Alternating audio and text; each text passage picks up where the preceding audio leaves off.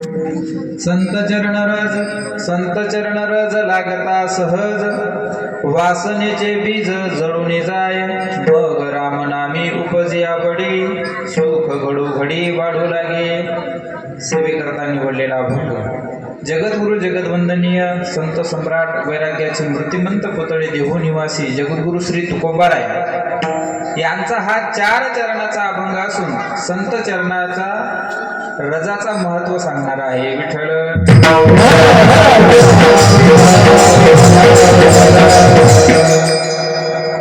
प्रस्तुत अभंगामध्ये जगद्गुरु तुकोबाराय सांगतात की बाबा सहज कोणत्याही प्रकारे संताचं चरणरज जर आपल्याला लागलं तर आपल्या अंतःकरणात असलेली वासना ही जळून काय होते, खाक होते। आणि मग ते वासना खाक झाल्यानंतर काय होतं तर महाराज म्हणतात की मग रामनामी उपजिया बडी, त्या भगवंताच्या नामावर आपली काय प्रीती वाढत लागते। मग त्या भगवंत नामाची प्रीती हृदयामध्ये वाढली की नेमकं काय घडतं तर महाराज म्हणतात सुख घडू घडी।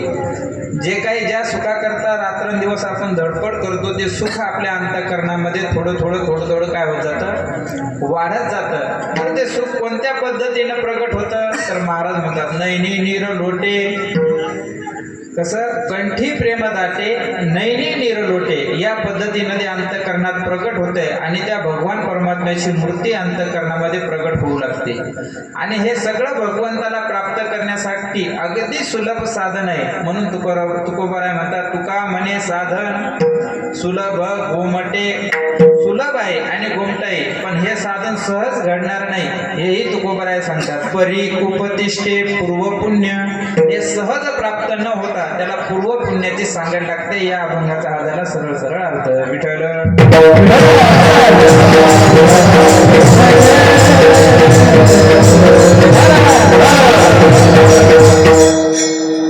सेवेला सुरुवात करण्या अगोदर थोडासा परिहार द्यायचा तो म्हणजे असा की गेली 77 वर्ष 1 2 4 5 9 10 नाही किती 77 वर्ष निर्विघ्नपणे हा कार्यक्रम या ठिकाणी चालू आहे। हा कार्यक्रम आपल्या गावचे वरिष्ठ परमपूजनीय आदरणीय रामचंद्र महाराज, त्यांना तसं सर्व गाव भाऊसाहेब म्हणून ओळखतात, त्या भाऊसाहेब महाराजांची पुण्यतिथी हे जे उमाळे परिवार आहे हा मोठ्या थाटाने उत्साहाने करत असतो बघा। आता हा सुरुवातीला मला वाटतं नरहरी बाबांनी केला, नरहरी बाबाच्या पाठीमाग दामोदर बाबांनी केला आणि त्यांच्यानंतर त्यांचा जो परिवार आहे दामोदर बाबाचा, हा सर्व परिवार मोठ्या उत्साहाने हा कार्यक्रम करत असतो। आता मी विचार केला की हा कार्यक्रम एका संत महात्म्याचा आहे, हा संत महात्म्याच्या घरचे नाहीत तर संत महात्म्याचा हा शिष्य परिवार, हे उमाळे परिवार समस्त गावकरी मंडळी मोठ्या आनंदाने हा कार्यक्रम पार पडतात। मग आता या संत महात्म्याचं चरित्र आपल्याला फार काही आपल्या वाणीनं वर्णन करता येत नसतं बघा। संत महात्मे हे एवढे आगात असतात की यांचा महिमा वर्णन करणं एवढं सहज शक्य नसते। महाराज मोठे मोठे देव गेले, मोठे मोठे ऋषी होऊन गेले पण कोणाला देखील संत महिमा कळाला नाही।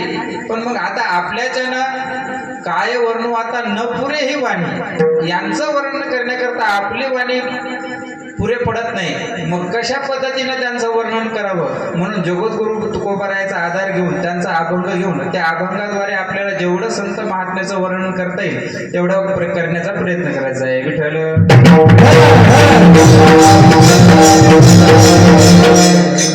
आणि याच कार्यक्रमाला शोभा आणण्याकरता आपले मृदंगाचार्य केदार महाराज आहेत, आमचे वाशिम जिल्ह्याचेच आहेत, मोठे गोड वाजवतात बघा। आता यांचं वर्णन मी असं किती सांगितलं, किती गोड वाजवतात, किती सुंदर म्हणतात महाराज, हे असं सांगितल्यापेक्षा लता दीदीचं एक वाक्य सांगतो तुम्हाला महाराज। लता दीदीला विचारलं किती सुंदर तुम्ही म्हणता, किती सुंदर तुमची ओळख आहे, तर लता दीदी एकच म्हणायची माझी ओळख माझ्या नावात नाही तर माझी ओळख कशात आहे, माझ्या गाण्यात आहे। म्हणून आवाज ही मेरी पहिचान आहे। तसं महाराजांचं वादन कसं आहे हे त्यांचे हात, त्यांचं वाजन जे तुमच्या कानावर पडतं ही त्यांची काय आहे, खरी ओळख आहे। तसे केदार महाराज आहेत आणि गाण्याकरता संदीप महाराज आहेत, पुन्हा प्रवीण महाराज चित्रे हे या ठिकाणी आहेत आणि आपल्या गावचे मृदंगाचार्य आदित्य महाराज देशमुख ते आहे आणि इतके सुंदर टाळकरी आहेत महाराज. कितीही मोठा तुम्ही संस्था बोलवा, एवढे सुंदर टाळकरी आपल्याला कुठंच बघायला भेटणार. महाराज सुंदर टाळकरी आहेत. कारण कसं आहे महाराज, कार्यक्रम करायचा म्हणला तर एकट्याचा नोहे खेळ म्हणून मेळ जमविला. सगळ्याचंच वर्णन करणं किंवा सगळ्याचंच नाव घेणं माझ्याकडून काही शक्य नाही, कारण सगळेच परिचयाचे नसतात. आणि खास कीर्तन ऐकण्याकरता माझ्यासाठी सोबत माझे मामाही आले आणि त्यांच्यासोबत वकील मंडळी पण आली बरं का, कारण मला थोडं सांभाळून कीर्तन करावं लागणार आहे नाही का. आमचे तायडे साहेब आहेत, पुन्हा हे त्यांचं नाव विसरलो बरं काही दोघं बरं आल्यानंतर थोडंसं हे होतं. आमचे वकील साहेब आहेत देशपांडे आहे, जोशी साहेब. सॉरी लवकर लक्षात येत नाही कारण थोडंसं आरबाळेवाणी होतं ना. कारण या ठिकाणून बोलायचं म्हणजे एवढं सोपं बी काम नाही बरं का, कारण मला एक एक शब्द आठवून घटवून पटवून सांगावा लागतो. एवढ्या सहजासहजी सांगता येत नाही. विठ्ठल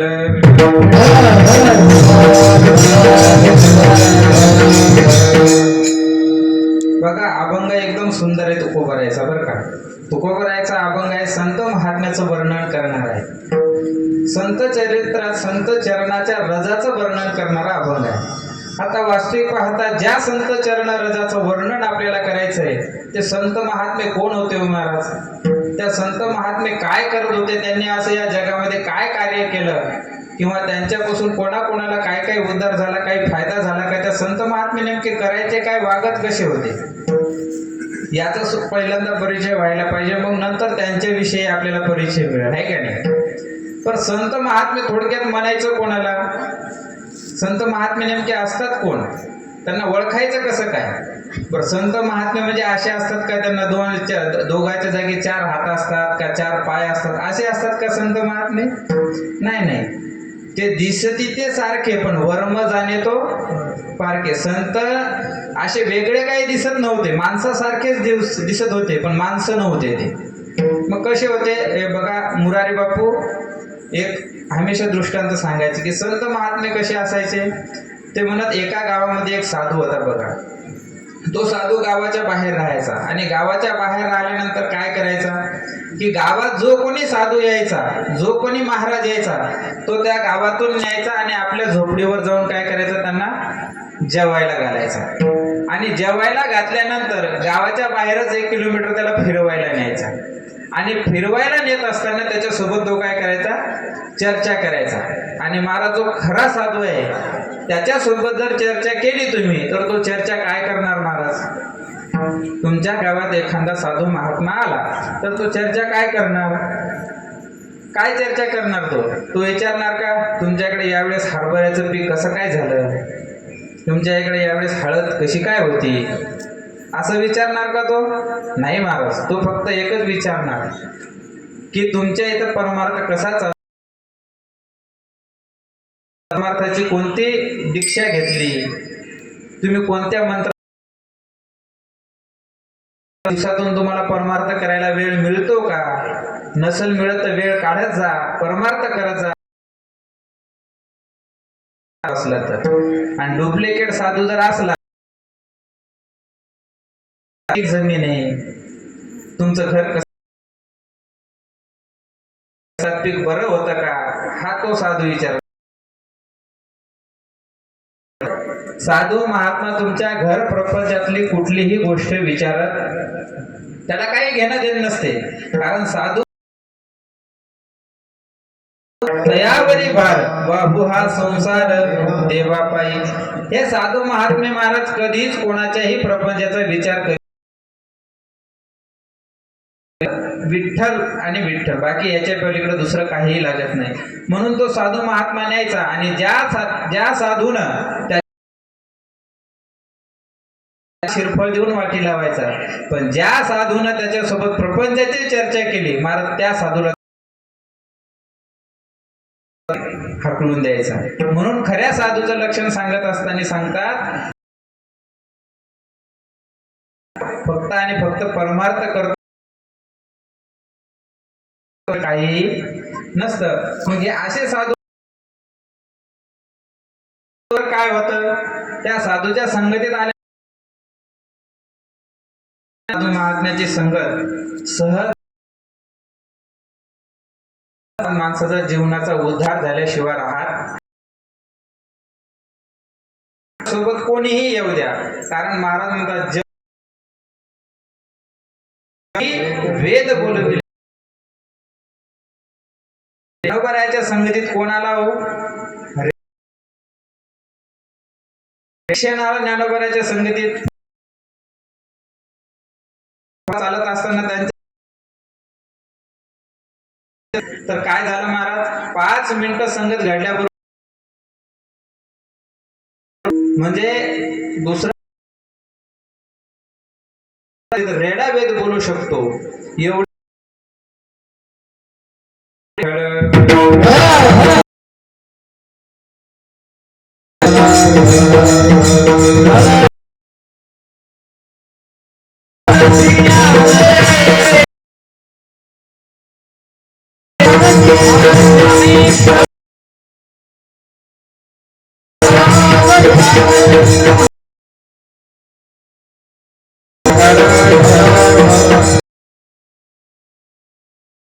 अशा साधू संतांची संगत माणसाला घडणं,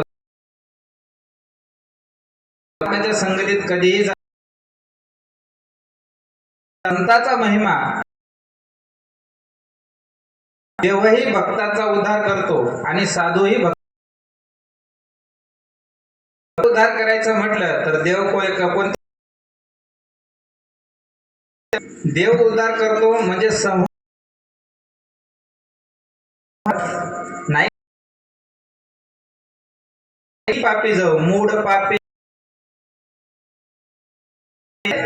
लावून ही पापी असू द्या, साधू महात्मे त्यांना उद्धार करत नाही तर त्यांचा उद्धार कसा करतात, चांगल्या मार्गाला लावून त्याच्या जीवनाचं कल्याण. चला रामायणामध्ये तुम्हाला उदाहरण सांगतो. वाल्य खूप पापिष्ट माणूस होता. पहिले काय केलं, रोज रस्त्याने येणाऱ्या जाणाऱ्या मारला की एक खडा एका रांजणामध्ये 7 रांजण भरले. असे 7 रांजण भरल्याने एवढं पाप केलं पापाची गणना नाही, एवढं पाप केलं.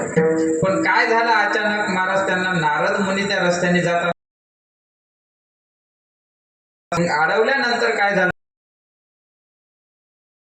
केला. पण महाराज असं आहे, संत महात्मे ज्या ठिकाणी येतात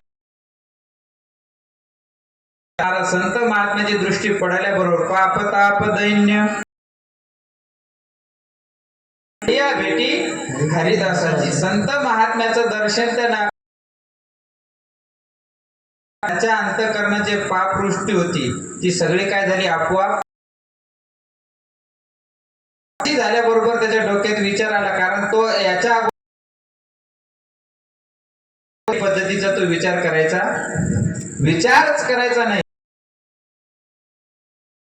दिसले की तो विचार करायला लागला की याला मी मारतो. त्याला सांगितलं काय आहे ते सगळं काय करतो मला दे असं दे. काय नारद मुनी विचारला, अरे बाबा माझ्याजवळ फक्त वीण, माझ्याजवळ काय, कारण संत महात्म्याचं धन काय, हमार श्री राधा, आमचं धन शब्दाचीच रत्ने आमच्याजवळ,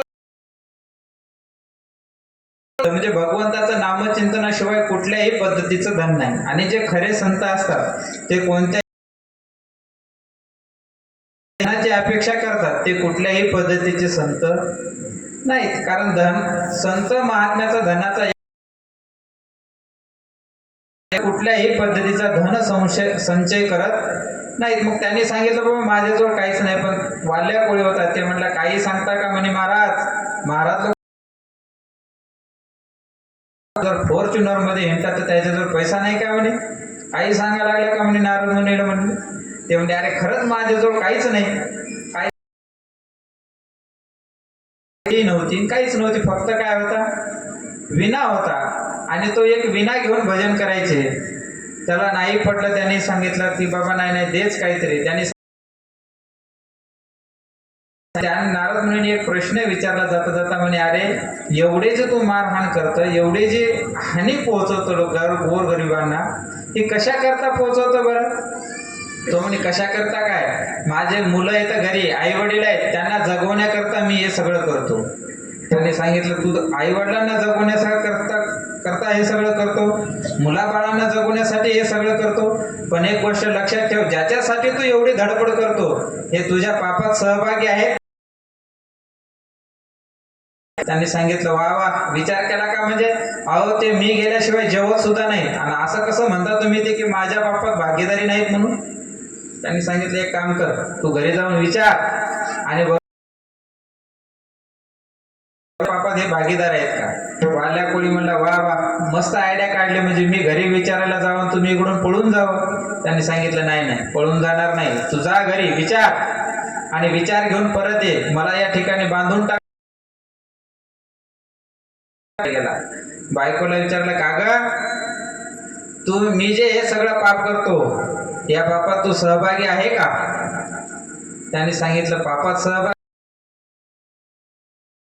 तुमचं कर्तव्य आहे मला जगवणं, तुमच्या पापात मी कसं काय सहभागी होणार. त्यांनी सांगितलं असं काय करते, सहभागी नाही होणार म्हणजे, अगं मी एवढं पाप तुझ्यासाठी करतो, एवढी धन दौलत तुझ्यासाठी कमवून आणतो, आणि तू माझ्या पापात सहभागी नाही. तिनं जाग्यावर उदाहरण तयार केलं महाराज. जाग्यावर एका गोट्यानं आपलं बोट ठेसलं, एवढं बोट दुखायला, यातलं दुःख वाटून घेता का म्हणे तुम्ही. वाल्या कोणी सांगितलं का लागलं तुला, मी उत्तर दिलं फेडता येणार. सांगितलं बाबा तुमचं कर्तव्य आहे, तुम्ही आम्ही तुमच्यात सहभागी होणार. आई वडिलाकडे गेला, आई पाणी करून तुला जगवलं, आता मथा तुला लहानपणी जगवलं, आता मोठ्यापणी नाही. या सगळ्या पडला की अरे नाही,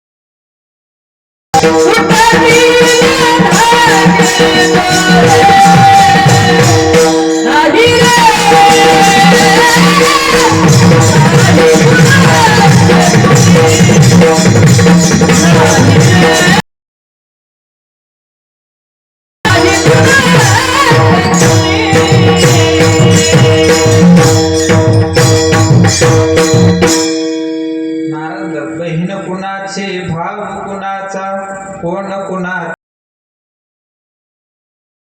मेल्या मागे सर्व राहिले, तुटतील धागे दोरे. कळालं आणि कळाल्याबरोबर महाराज परत आला आणि नारदाच्या पायावर लोटांगण घातलं. श्री संत हे करी दंडवत आणि त्या संत महात्म्याच्या चरणावर लोटांगण घातलं. खरंच महाराज तुम्ही सांगितलं, मी घरी जाऊन विचारलं, पण खरंच कोणीच कोणाचं नाही, कोणीच माझ्या पापात भागीदार होणार नाही. पस्तावा आला आणि मग पस्तावा आल्यानंतर मग त्याने विचारलं की कैमी उद्धार पावेन, कै कृपा करील नारायण, कैसे तुम्ही सांगा संत जन, करा समाधान चित्त माझे. असे शरणागती पत्करल्यावर त्यावेळेस नारद मुनीने उपदेश केला, रामनामाचा उपदेश केला महाराज. कोणाला?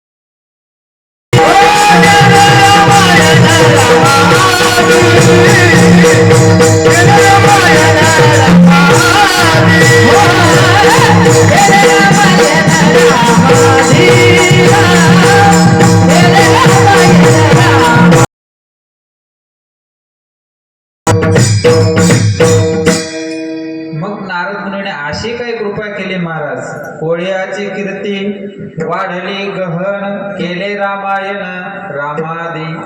भगवान परमात्मा जन्माला यायच्या अगोदर भगवान परमात्म्याचं चरित्र केलं महाराज. जे रामायण आहे, वाल्मिकी रामायण, हे रामप्रभू जन्माला आल्यानंतर यायच्या अगोदर तयार झालं आणि ते कोण केलं? त्या कोळ्याने तयार केला. म्हणून कोळ्याचा तो कोण केला? वाल्मिक ऋषी झाला. म्हणून संत महात्म्याची जर कृपा सहज जरी घडली माणसाच्या जीवनामध्ये, तरी माणसाचा उद्धार झाल्याशिवाय राहत नाही. कारण संत महात्मे महाराज एवढे साधे आणि एवढे सरळ असतात की महाराज त्यांच्या संगतीत कितीही जड जीव येऊ द्या, त्याचा उद्धार झाल्याशिवाय राहत. कितीही जड नाही, पण एवढा जड असणारा प्राणी सुद्धा काय झाला महाराज? त्याचा उद्धार झाला. आज त्याच रेड्याची समाधी आहे आळेफाट्यावर, समाधी आहे. आणि म्हणून महाराज म्हणतात, अशा संतांचं चरण रथ जर माणसाच्या अंगाला सहज जरी लागलं तरी महाराज नाही ह्या अभंगाच्या.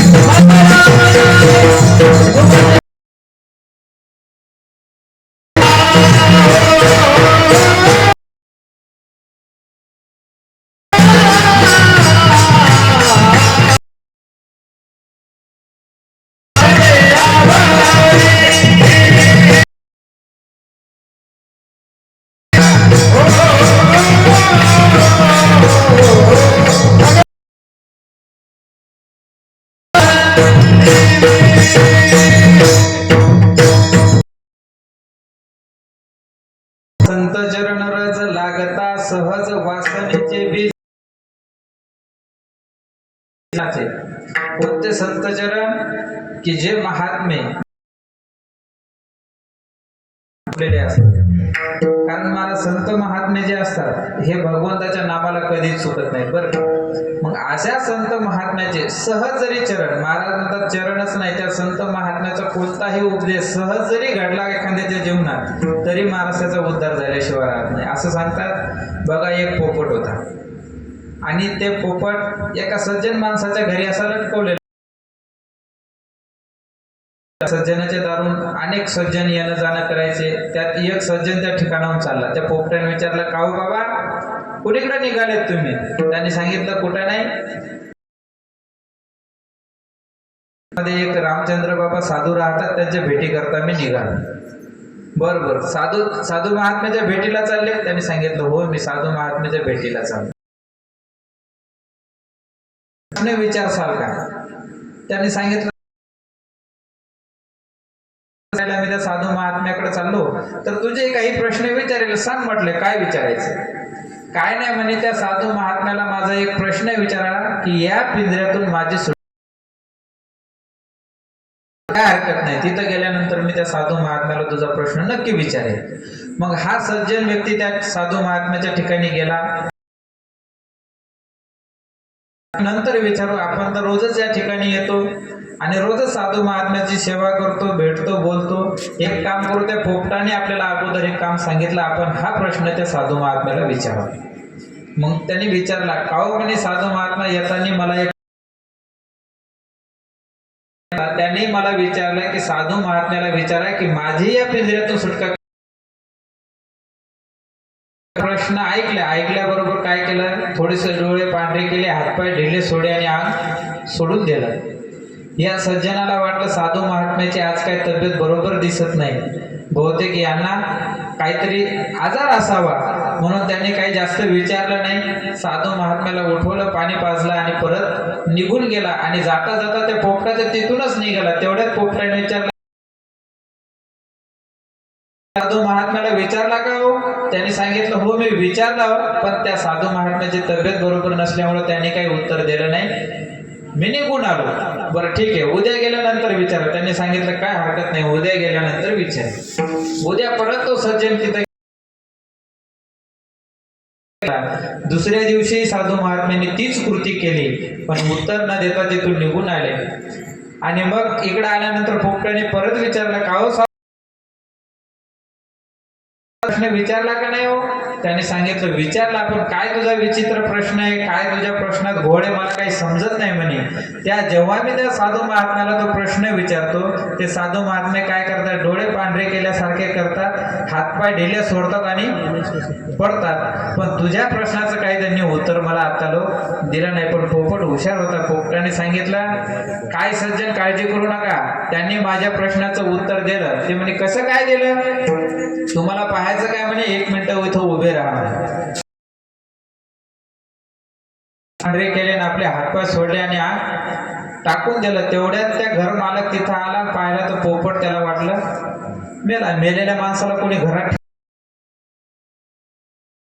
पोपट मेला म्हणून त्यानं पिंजरा उघडला आणि पोपट बाहेर काढला. जसा पोपट बाहेर काढला महाराज, तसा पोपट उठला आणि निघून गेला. म्हणून मला काय, आणि त्यांचा सहज सांगतेला सुद्धा काय घडत असतो, उपदेश घडत.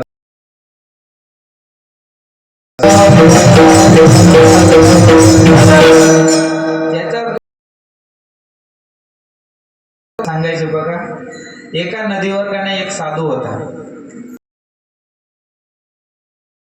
पूजा अर्चना करायची, देवाला अर्घ्य वाहायचं. आणि एका ठिकाणी पलीकडच्या साईडने काय करायची, अशी चोच घासायचा. आता तो चोच घासायचा, तो काय लगे असा, काय खायच्या होत्या, माशा. म्हणून साधू महात्मा ऊपर से डाला पानी, तेरे मन की बात मैंने. असं गुणगुण करायचं, त्याच्याकडे पाहायचे, गुणगुण करायचं. पण त्या ठिकाणाहून एक राजा चालला होता. त्या राजाने हे वाक्य ऐकलं. हे बोलायचं पण साधू महात्म्याचं काही त्याच्याकडे लक्ष नव्हतं, पण साधू महात्म्याचं वाक्य त्याला एवढं आवडलं की तो सगळ्या रस्त्याने एकच घोकायचा, पाणी तेरे मन की बात मैंने जाने. त्याला एवढं आवडलं ते वाक्य की घरी गेल्यानंतर झोपत तेच सगळं तेच घोकायचं. दुसऱ्या दिवशी त्याने नावे दाढी करण्याकरता बोलवलं आणि तो नावे सुद्धा त्या ठिकाणी ते घासू लागला. आणि मग घासता घासता घासता घासता याच्या डोक्यात लगेच प्रकाश पडला की अरे घिस घिस घिसा ऊपर से डाला पाणी तेरे मन की बात मैंने जाने. यानं असं वाक्य म्हणल्याबरोबर तो नावे असा थरथर थरथर थरथर काप. राजेसाहेब माफ करा, यात माझा काही दोष नाही. राजेसाहेब माफ करा, यात माझा काही दोष नाही. राजाला वाटलं नक्की याच्या मनात काही, पण राजा म्हणे का, मग कोणाचं कारस्थान आहे सांग म्हणले. त्याने दुसरा विचारच नाही केला, म्हणे कोणाचं कारस्थान आहे सांग म्हणले. अहो म्हणे याच्यासाठी मला प्रधानानं सुपारी. त्याला वाटलं साधू महात्म्याचं एक साधं वाक्य आपण या ठिकाणी कुठलाही उद्देश नसताना म्हटलं तर याचं एवढं पितळ उघडं पडलं. कोणाच्या सांगण्यावरून? ते म्हणजे राजेसाहेब माझी काहीच चूक नाही, तुमच्या राणीवरून आहे. म्हणजे मला सांगायचं काय, त्या उद्देश नसताना एक वाक्य सहज कानावर पाडलं आणि त्याची घोकणपट्टी तर केली. म्हणून तुकाराम महाराज म्हणतात अशा आपल्याला लागले तरी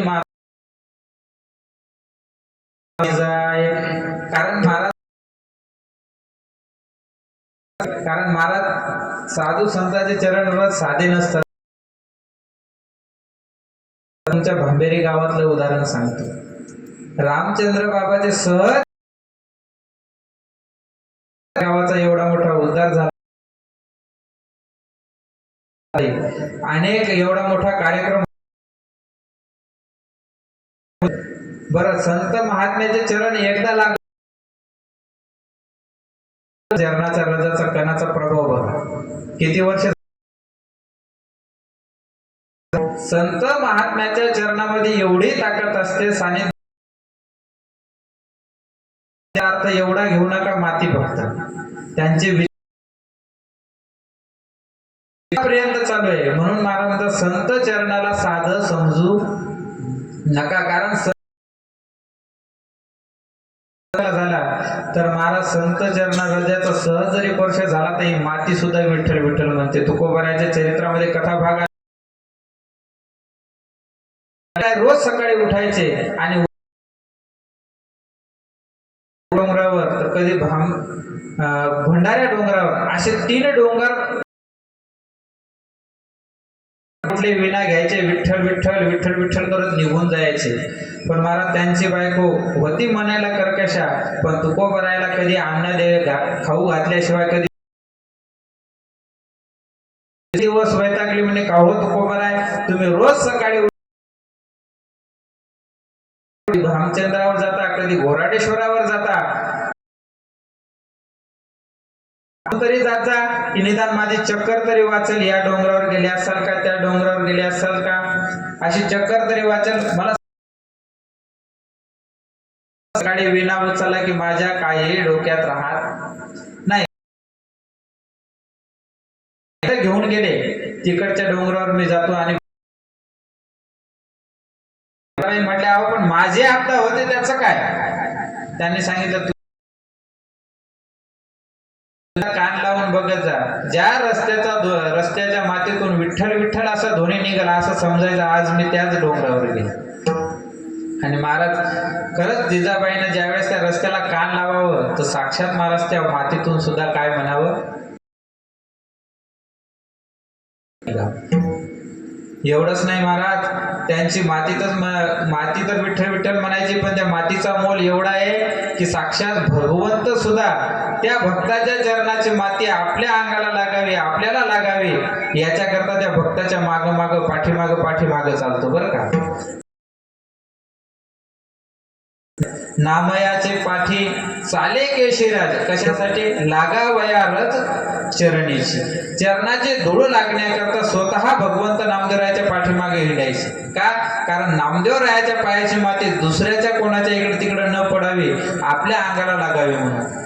नवे नवे नामदेवरायाच्या घरात भगवंत कशासाठी यायचे माहितीये का? रोज झाड लोट करी जणी आणि केर भरी चक्र. त्या घरातला सगळा कचरा भगवंत स्वतः आपल्या डोसक्याने उचलायचे. का? कारण नामयाचे घरी 14 जणे स्मरते. किती? नामदेवरायाच्या घरामध्ये 14 जण राहायचे आणि 14ही जण काय करायचे? विठ्ठल विठ्ठल नामाचा जप करायचे. सगळे संत महात्म्याच्या पदवीला हे होईल होते. आणि मग त्या संत महात्म्याची माती इकडं तिकडं पडू नये, तिच्यावर कोणाचे पाय पडू नये म्हणून भगवंत स्वतः ते माती टोपल्यात उचलायचे, चंद्रभागेत नेऊन टाकायचे. एवढी ताकद महाराज संत महात्म्याच्या याच्यात चरणाला जात आहे. नवे नवे संत महात्म्याच्या चरणाचा तुम्हाला अजून एक सांगतो प्रसंग. बघा, जनाबाई होते पंढरपूरला नामदेवरायाच्या घरी सेवा करायला. आणि त्या जनाबाईची ख्याती ऐकून कोण? संत कबीर महाराज काशीहून पंढरपूरला कोणाला भेटण्याकरता आले? तर जनाबाईला भेटण्याकरता आले. आणि मग जनाबाई त्यावेळेस काय करायच्या? गोपाळपुरावर गौऱ्या थापायच्या. काय थापायच्या? गौऱ्या थापायच्या. आणि मग एवढ्या लांबून कबीर महाराज आले आणि मग विचारू लागले, का हो, या पंढरपूरमध्ये जनाबाई नावाची एक कोणतरी संत राहतात, त्या कुठं मिळतील सांगता का? तेवढ्यात एकीने सांगितलं, अहो तुम्ही त्या जनाबाई संताविषयी विचारता ना, ती तिकडे जी गौऱ्यासाठी भांडणं करते ना, तीच ती जनी आहे. हे जनाबाई गौऱ्यासाठी भांडणं करते? अहो हिची ख्याती ऐकून तर मी काशीहून या ठिकाणी आलो आणि ही इथं गौऱ्यासाठी भांडते, अशी कशी संत आहे म्हणले. पण चला म्हणले, इतक्या लांबून आलो तर तिला एकदा भेटून तरी जावं. आणि मग त्या ठिकाणी कबीर महाराज भेटण्याकरता गेले. आणि मग कबीर महाराज विचारू लागले, जनाबाई. तिने सांगितलं, थांबा हो, माझ्या गौऱ्या येणं चोरल्या, मला पहिले गौऱ्या घेऊ द्या म्हटले, मग तुमचं बघू काय आहे ते. आता त्या भांडणं चालले. आता याला संत म्हणावं तरी कसं म्हणावं संत? मग तिने सांगितलं, अगं जनाबाई, तू ज्या गौऱ्यासाठी भांडणं करते, तुझ्या गौऱ्या ओळखायच्या तरी कशा मी? त्या गौऱ्यासारख्याच असतात ना, त्यात काय वेगळं असते? तर त्यावेळेस जनाबाई सांगितलं, गौऱ्या सारख्या नाहीत म्हणे, माझ्या गौऱ्या वेगळ्या आहेत म्हणे. कशा काय वेगळ्या आहेत? विठ्ठल विठ्ठल जनाबाईचा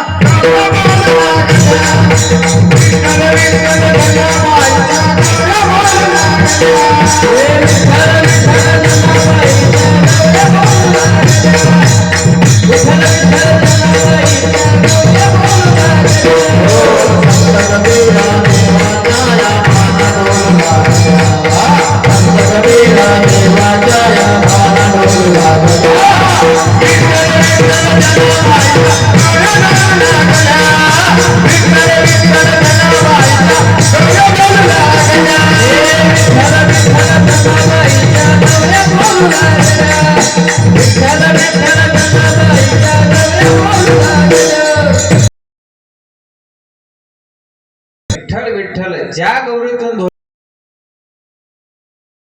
गौरी कोणाची आहे? माझी आहे. कबीर महाराज म्हटले, काय बोलते?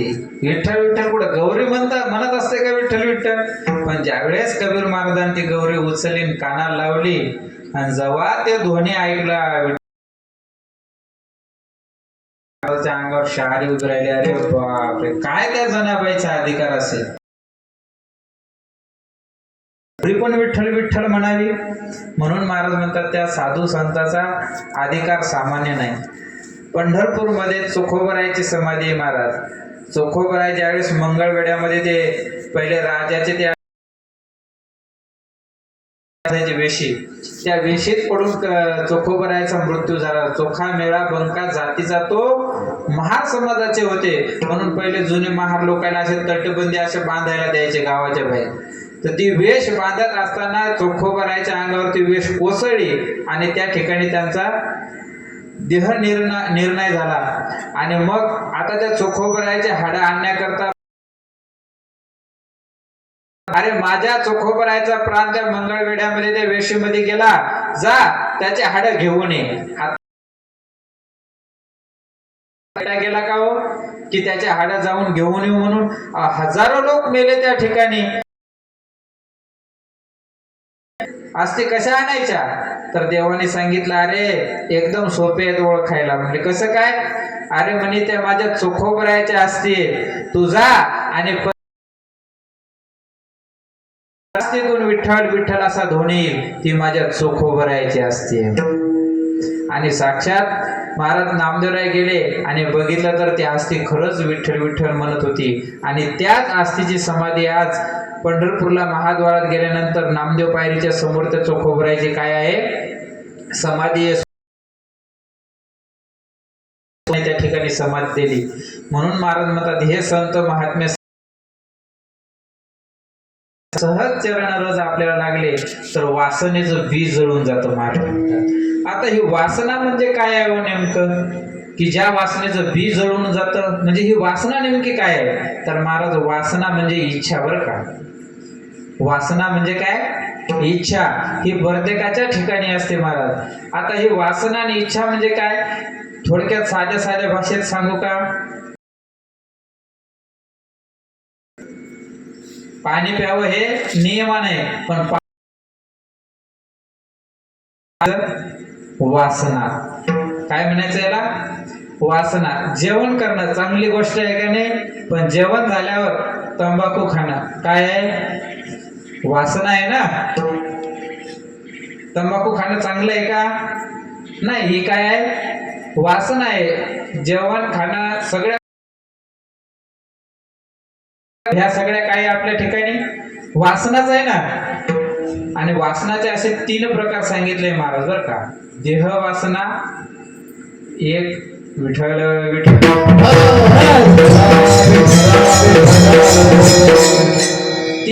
3 प्रकार सांगितलेले. एक देह वासना, एक लोक वासना आणि बघा देह वासना म्हणजे काय? आंघोळ करणं, शरीराला स्वच्छ ठेवणं ही एक चांगली गोष्ट आहे की जेणेकरून शरीर खराब होतील असे काहीतरी केमिकलचे प्रोडक्ट लावणं, याला काय म्हणायचं? देह वासना. म्हणजे आपण चांगलं दिसावं याचं याला काय म्हणायचं? देह वासना. दुसरी लोक वासना. आता बघा माणूस सगळ्यात जास्त जर दुःखी होत असेल या पृथ्वी तलावर ते फक्त एका गोष्टीमुळे, देह वासने सगळ्यात जास्त दुःखी होतो बरं का. विनाकारण दुःखी होतो. आता एक कल्पना करा, एखाद्या ठिकाणी 4 व्यक्ती बसलेले आहेत. 4 व्यक्ती बसले, त्याच्यातला एक दुसरीकडून एक म्हणजे एखादा मुलगा आला म्हणा, कोणी आला म्हणा, तो 3 जणांच्या पाया पडला आणि एकाच्या पाया पडला नाही, त्याला दुःख होतं का नाही? बरं कशामुळे दुःख झालं की हा माझ्या पाया पडला, म्हणजे इच्छाच प्रगट केली का नाही की यानं लोकांकडून अपेक्षा केली का नाही की यानं माझा काय करायला पाहिजे होता? मान करायला पाहिजे होता. वासना आहे. कुठल्याही ठिकाणी बघा, आपण आपल्या घरात पण आपण काम करत असताना कोणाला काय वाटतं की यानं माझं नाव घ्यावं. अरे तू काम करायला अपेक्षा कशाला करायला कोणाकडून? जेवढ्या तुम्ही अपेक्षा करसाल, तुम्ही कोणाकडूनच काहीच अपेक्षा ठेवू नका. तुम्हाला कुठल्याही पद्धतीचं दुःख तुमच्या जीवनामध्ये येणार नाही. तुम्हाला वाटतं मी घरी थोडंसं काम केलं की ही अपेक्षा चुकूनही तुम्ही करू नका. कारण महाराज या संसारात जेवढ्या तुम्ही अपेक्षा केल्या तेवढ्या महाराज तुम्हाला दुःखातच घालणार आहे. कारण महाराज या संसाराविषयी जर तुम्ही थोड्या फार प्रमाणात जर विचार केला तर महाराज म्हणतात हा संसार कसा आहे? संसार दुःख मूळ, चहूकडे इंगळ, विश्रांती नाही कोठे, रात्रंदिवस तळमळ. पर्यंत जा, तुम्हाला सुख अजिबात मिळणार. महाराज म्हणतात किती दुःख. महाराज म्हणतात न साहेब पाषाण फुटती आणि भय काप चित्ती भरेलाचे, अनेक दुःखे सांगू किती, सकळ संसाराची स्थिती. न साहेब पाषाण फुटती भय काप चित्ती भरलासे. आता काय आहे? दुःखच दुःख आहे. दुःख बांधवारी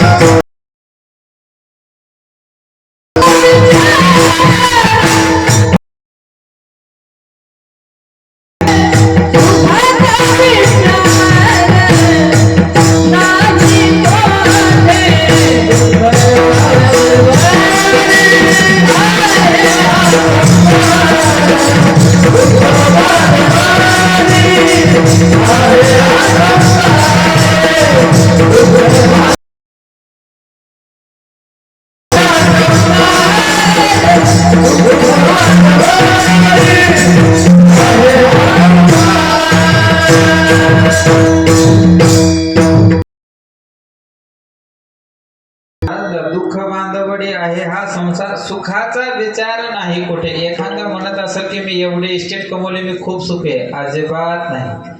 महाराज, राजा भी दुखिया प्रजा भी दुखिया, सुखिया कोई नहीं रे, जो देखे सो दुखिया बाबा, सुखिया कोई नहीं रे. कोणी पहा, कोणीही सुखी नाही. कारण मला म्हणतात हा संसार मुळातच दुःखरूप आहे. कारण महाराज खरंच जर या संसारात सुख असतं तर महाराज, संसारा माझे सुख जोडे, जरी केले तोडे तरी का ते वेळे म्हणावे, संसारा माझी असती सुख तरी का त्यागेती सनकाधिक. खरंच जर संसारात सुख असतं तर मोठमोठ्या राज्य लोकांनी राज्याचा त्याग केला असता का हो? जड भरत राजा अख्ख्या त्याग केला कशासाठी? या संसार दुःखाचा आहे, सुख भोगण्यासाठीच का नाही, पण त्याला या हिच्यात सुख मिळालं का? नाही मिळालं. आणि महाराज म्हणतात या जड भरत राजाला सुद्धा वासनाच लागली होती बरं का. जड भरत राजा हरणी गर्भी गेला, घाला तो घातला वासनेने, त्याला सुद्धा वासनेनं बाधक केलं. एवढं सगळं राज्याचा त्याग केला, नदीच्या काठावर भजन करण्याकरता गेला, पण तो सुद्धा एका हरणीच्या पिल्ल्याच्या काय झाला, तो मोहात अडकला आणि त्याला परत जन्माला यावं लागलं. कारण महाराज ही वासना सहज कोणाला सोडत नाही. महाराज या संसारात खूप बिकट आहे. किती तुम्हाला वाटत असाल की आम्हाला सुख भेटते या संसारात, पण नाही. तुम्हाला सांगू का या संसारातलं सुख कसं आहे? एक छोटंसं उदाहरण सांगतो बघा. एका गावाच्या बाहेर एक भला मोठं याचं मंदिर होतं. कशाचं? गणपतीचं. आता गणपती तुम्हाला माहिती आहे खूप मोठा असते. किती गणपती म्हणला की त्याची ढेरी सुद्धा काय असते? मोठी असते. ढेरी मोठी असल्यामुळे त्याची बेंबी सुद्धा काय होती? मोठी होती. आता जुन्या काळातल्या लोकांची पद्धत होती बघा. जुने लोक काय करायचे, पितळाची किंवा तांब्याची अशी एवढी घागर घ्यायचे, सकाळी आंघोळ केली की ते पाणी घ्यायचे आणि गणपतीला वाहायचे. गणपतीला, मारुतीला, सगळ्या देवाला वाहायचे. तसे त्या गणपतीला वाहायचे आणि मग ते वाहून काय करायचे की त्या बेंबी तिथंच एका विंचवानं वास्तव्य केलं. तर तपश्चर्या करायसाठी त्याला वाटलं मस्त थंडीगार गुफा आहे तर वास्तव्य करावं. आणि गावाच्या बाहेर मोकळ्या पटांगणात असल्यामुळे असे 10-5 लेकरं बारकाली खेळायचे त्या गणपतीच्या भोवतात. आणि खेळता खेळता लेकरं विचित्र असतात महाराज. लेकरं कसे असतात?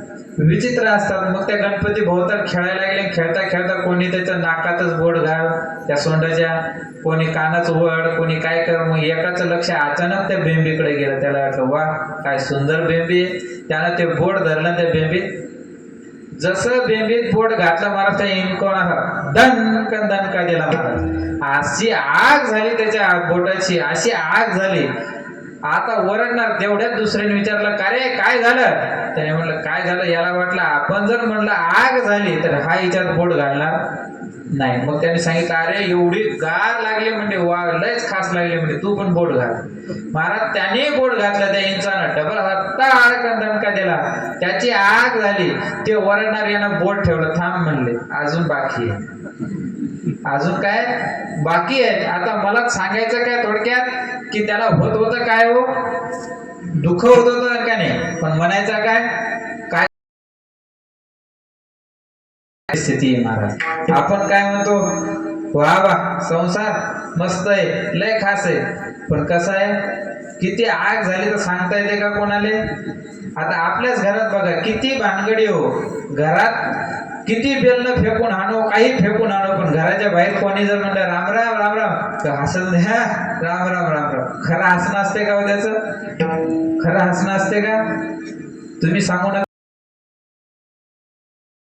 घरा शेजारी दोन जोड फिरत होते आणि एका घरात हमेशा कुरकुर राहायचे, कधी पण लढायचे, आणि शेजारच्या घरात कधी पण हसत राहायचे. याला वाटायचं आपलं याच्यापेक्षा एवढं चांगलं असून आपल्याला कधी पण दुःख, घरात केव्हा पण कुरकुर असते, की हा किती नशीबवान आहे, याच्या घरात कधीच दुःख नसते, कधी हसत राहतात दोघं नवरा बायको. याच्या आनंदाचा काय राज आहे, आपण एकदा याला विचारलंच पाहिजे म्हणे. मग तो गेला विचारायला, का रे म्हणे दादा खूप आनंदात राहता म्हणे, तुम्ही एवढं आनंदात कसं काय राहता म्हणे, आमच्या घरात सकाळ निघली की संध्याकाळपर्यंत धिंगाण्याशिवाय दुसरं काहीच नसते, आणि तुम्ही एवढे खुश कसं काय राहतात. ते म्हणे जाऊ दे, झाकली मूठ 1.25 लाखाची, सांगू मी सांगू नाही तू ऐकू नाही. नाही म्हणे मला सांगच एकदा. त्याने म्हणले काय नाही रे बाबा तुला सांगून होते, फक्त आम्ही हसण्यावर नेतो म्हणे. कसं काय? काय नाही म्हणे, जर स्वयंपाक करता करता तिला जर राग आला आणि म्या जर काही कमी जास्त म्हणलं की तिथून ती बेलनं फेकून हाणते म्हणे, आणि ते जर बेलनं हुकलं की मी हसतो म्हणे, आणि मग म्या जर ते फेकून हाणलं तिकडं जर हुकलं तर ती हसते म्हणे. म्हणजे याच्या याच्यात खरंच सुख होतं का हो? नाही. महाराज म्हणतात या संसारामध्ये तेवढं तुम्हाला दुःख भोगल्याशिवाय राहता येणार नाही. तिसरी वासना म्हणजे अभ्यास केला म्हणजे त्याला सुख मिळत असेल, असा जरी वर जर कोणाला भेटला की याला महाराज लगेच दुखायला सुरुवात होते. म्हणून महाराज म्हणतात ही वासना जी आहे ही संत महात्म्याच्या संगतीत गेले की तुमची समूळ बुडापासून जळाल्याशिवाय राहत नाही. नुसती वासना जळत नाही, तर महाराजांना मुद्दाम एक शब्द टाकला, काय? बीज. कारण ज्या वस्तूचं बीज जळालं तिथं झाड उगवणार आहे का? महाराज म्हणतात संत महात्म्या जळून जाते. कारण मला संत महात्मे काय असतात, सुख दुःख सुख क्षमी, त्यांना कुठल्याही कोण 12व्या अध्यायात भक्ताचे लक्षण सांगत असताना भगवंतांनी हेच सांगितले, कोणत्या अपमानाची अपेक्षा नसते. संत महात्मे त्यांच्या संगतीत गेला की आपणात सारखे करती, म्हणून महाराज त्यांच्या संगतीत गेले की आपल्या ठिकाणी. मग जळून गेल्यानंतर काय होते ते महाराज आपण दुसऱ्या चरणात. मग राम नामे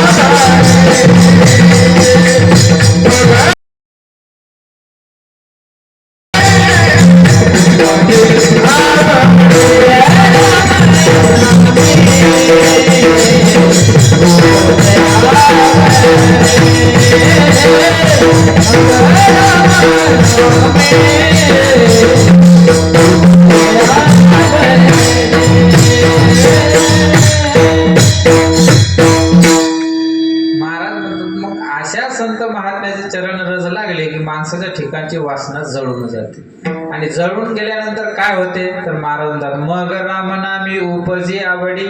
महाराज म्हणतात की ते रामनामाची आवड निर्माण लागते. का बरं? संत महात्म्याचे चरण रस लागले. कारण महाराज असं आहे, तुम्ही ज्या त्या संगतीत जाल त्याचा गुण तुम्हाला लागल्याशिवाय राहत ठिकाणी होते. रामचंद्र बाबांनी आयुष्यभर भगवंताचं नामचिंतन केलं आणि मग त्यांच्या शिष्याला कोणती संगत लागणार हो? नामचिंतन करण्याचीच लागणार ना, का दुसरी लागणार आहे का? नाही. त्यांच्या परंपरेनं सुद्धा काय केलं? नामचिंतनच जप केला. म्हणून महाराज म्हणतात त्या संत महात्म्याच्या संगतीत तुम्ही गेले की तुम्हाला रामनामाची आवड निर्माण होईल. का? कारण महाराज दिन रजनी हाची धंदा गोविंदाचे पवाडे. तुकोबरायच्या जीवनात पहा, तुकोबरायांनी सुद्धा दुसरं तिसरं काहीच केलं नाही बरं का. फक्त काय केलं? नामचिंतन केलं. महाराज तुकोबरायांनी किती नामचिंतन केलं? आळस आणि जांभळी इतुलाची वेळ वाया गेला. ज्यावेळेस तुकोबराय म्हणतात मला आळस आणि जांभळी आली, फक्त तेवढाच वेळ माझ्या जीवनातला काय केला? वाया गेला. नवे नवे तुकोबरायच्या चरित्रात पाहायला गेले तर तुकोबराय ज्यावेळेस असं म्हणतात 2 नंबरला गेले, त्यावेळेस तिथं देखील तुकोबरायच्या तोंडातून विठ्ठल विठ्ठल विठ्ठल चालू होतं. त्यावेळेस रामेश्वर भट्टाने तुकोबराय जगाला तर खूप ज्ञान सांगता तुम्ही आणि अशा अपवित्र ठिकाणी त्या भगवंताचं नामचिंतन घेता, तुम्हाला काही वाटतं का नाही? त्यावेळेस तुकोबराय म्हणजे तुम्हाला काय सांगू म्हणे मंबाजी बुवा की अहो माझी मजा झाली अनावर वाचा आणि छंद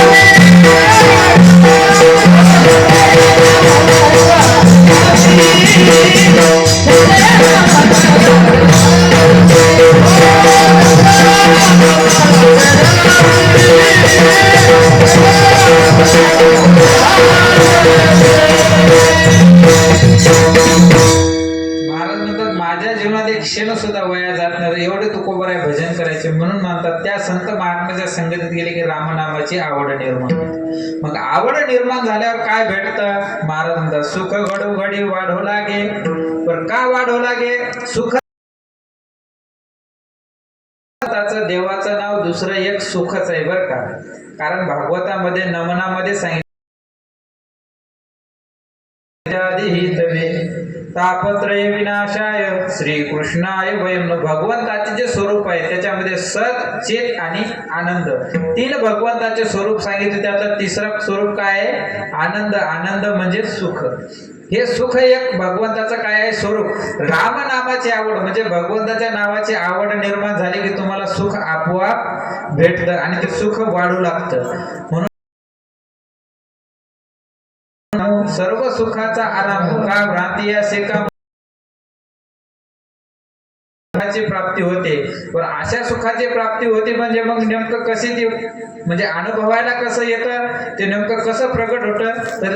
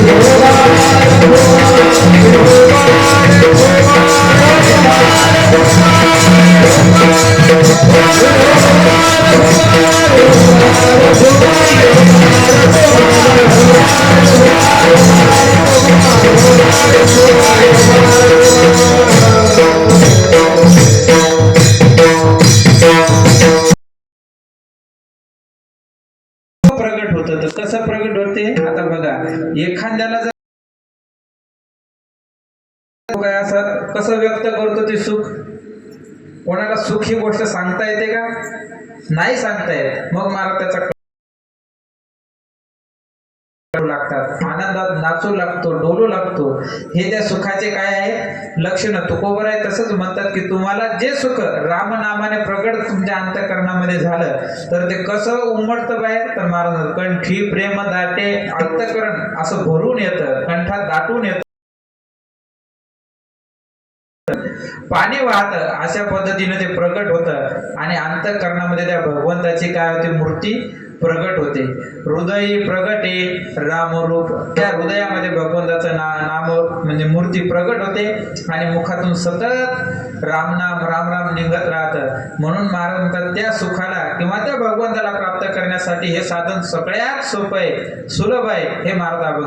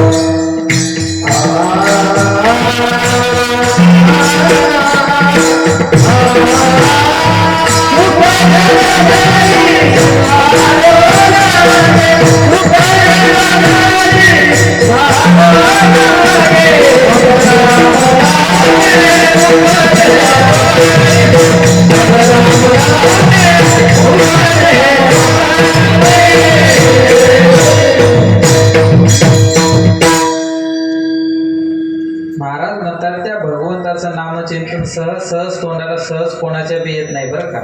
तुकोबरायाने सांगितलं सहज सहज भगवंताचं नाम घ्या किंवा सहज तोंडाला येत, पण ते साधू संतांच्या संगतीत गेलं आणि पुण्य प्राप्त झालं तरच येतं बरं का तोंडात. कारण तुकोबरायाने शेवटच्या चरणात बघा सगळ्या मागल्या चरणावर सगळं पाणी फिरलं. जसं की आपण एखादी मुलगी पाहायला गेलो, समजा एखादा नवरदेव बघायला गेलो की आपण काय म्हणतो वा वा नवरदेव एक नंबर आहे, सगळ्या गोष्टीत 100 एकर जमीन आहे, गाडी आहे, घोडी आहे, सगळे. पण शेवट जर त्यानं म्हटलं पण नवरदेव सगळ्याच गोष्टीत नंबर 1 हे पण म्हणलं की मग मागायला काही चांगलं राहिलं का हो? त्यानं सांगितलेलं नाही चांगलं राहिलं, सगळंच पाणी फिरलं का नाही. नवरी सगळ्यात चांगली आहे, सगळ्या दिसण्या सगळे, पण काय आहे नकटी आहे, काय आहे का नवरदेव नकटा आहे.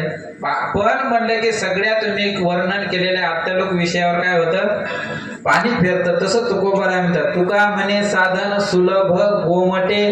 कसं आहे साधन सुलभ आहे, गोमट आहे, पण म्हटलं की गेलं वापस सगळं. तुका म्हणे साधन सुलभ गोमटे परी म्हणजे पण म्हटलं की परी उपतिष्ठे पूर्व पुण्य. कारण महाराज म्हणतात हे सगळं संत महात्म्याची सान्निध्य लाभण्याकरता किंवा संत महात्म्य भेटण्याकरता काय लागतं? पुण्य लागतं.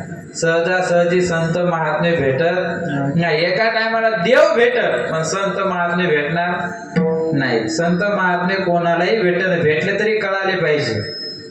कारण महाराज असता जाता रवी धरवे पाय हेळा सागर तरवे परी त्या साधूची भेटी न होईल का भेटी होणारच नाही. नवे महाराज हे नामचिंतन बी कोणाच्या तोंडात येत नाही. सहज नाम कोणाच्या तोंडात येतं का? नाही. महाराज बहुता सुकृताची जोडी म्हणून विठ्ठली आवडी किंवा तिळ पुण्य साच्या पडे तरी हे बहुता जन्मी जोडे नाम तुझे वाचिसी आतुडे आणि समागम घडे संताचा समागम कोणालाही घडत नाही. आता गोबरायच्या वेळेस किंवा रामचंद्र बाबाच्या वेळेस कमी माणसं असतील का? सगळ्याला कळाले का रामचंद्र बाबा? नाही कळाले. विरळा ऐसा कोणी तुका त्याशी लोटाने. असा एखादा लाखात असतो की त्याला 1-2 जण असते की त्याला ते संत महात्म्य कळतात आणि त्यांची सेवा घडल्या जाते. आणि ज्यांनाही ती सेवा घडली महाराज त्यांचा उद्धार झाल्याशिवाय राहत नाही. पण असं कधी घडतं तर महाराज म्हणतात पूर्व पुण्य ठेवा, त्याचा काय ओढावं लागा. म्हणजे पूर्व पुण्य असलं तरच ह्या गोष्टी काय होतात घडतात. म्हणून तुकाराम महाराज तुका म्हणे साधन सुलभ गोमटे परी उपतिष्ठे पूर्व पुण्य असल्याशिवाय हा एवढा मोठा सत्ताही होऊ शकत नाही आणि एवढं सगळं कोणाच्या मनात सुद्धा येऊ शकत नाही. सगळ्याजवळ सगळ्या गोष्टी अनुकूल असतात पण या ठिकाणी येऊन हे गोष्टी करण्याकरता खूप मोठं धाडस किंवा खूप मोठं पुण्य लागते बरं का. सगळ्याच गोष्टी पैशाच्या जोरावर होत असतात का? नाही होत. महाराष्ट्राने एखाद्याला म्हणा चाल कीर्तनाला येणारच नाही हो. त्याचं जर पुण्य जर नसेल ना, येणारच नाही. तुम्ही किती ओढून आणा, बरं एकूण तिकून आणला जरी ओढून, तरी निद्रा घे तुकोबरा म्हणतात, निद्रा घे रुळासी ते कोणी या बलात्कारी जरी आणला कथेशी, निद्रा घे रुळासी तो जुन्मा कीर्तनात बसवला तरी तो झोप घेईल कीर्तनात, पण कीर्तन ऐकणार नाही. बरं इकून तिकून जागी राहिला तर महाराजांना किती विठ्ठल विठ्ठल म्हणतो, विठ्ठल विठ्ठल पण म्हणणार का, म्हणणार नाही? सोपं नाही महाराज. ते नाव तोंडात येण्याकरता सुद्धा काय लागतं, पुण्य लागतं. म्हणून महाराज म्हणतात परी उपदिष्टे पूर्व पुण्य, ते पुण्य असल्याशिवाय, मग जर ते पुण्य असलं तर मग रामनामी उपजी आवडी, आणि सुख घडोघडी वाळू लागे. ते पुण्य असल्याशिवाय सुख निर्माण होणार नाही, आणि सुख निर्माण होणार नाही तर रामनामही तोंडाला येणार नाही. म्हणून महाराज म्हणतात ते पुण्य संचय करा. मग ते पुण्य कशाने होईल, तर महाराज म्हणतात तुका म्हणे पापे जाती सज्जनाचे जपे, त्या सज्जनाचा त्या साधू संतांचा जप करा, त्या साधू महात्म्याचा जप करत जा, आणि त्या जपानं काय होईल, तुमच्या ठिकाणी पुण्य निर्माण होईल, आणि मग साधू महात्म्याचीच नव्हे तर भगवंताची सुद्धा भेट होईल. मग असा उपदेश अहोरात्र साधू संत आपल्यासाठी करतात. म्हणून त्या संतांचं सर्वांनी एकदा नामचिंतन करायचं. ज्ञानेश्वर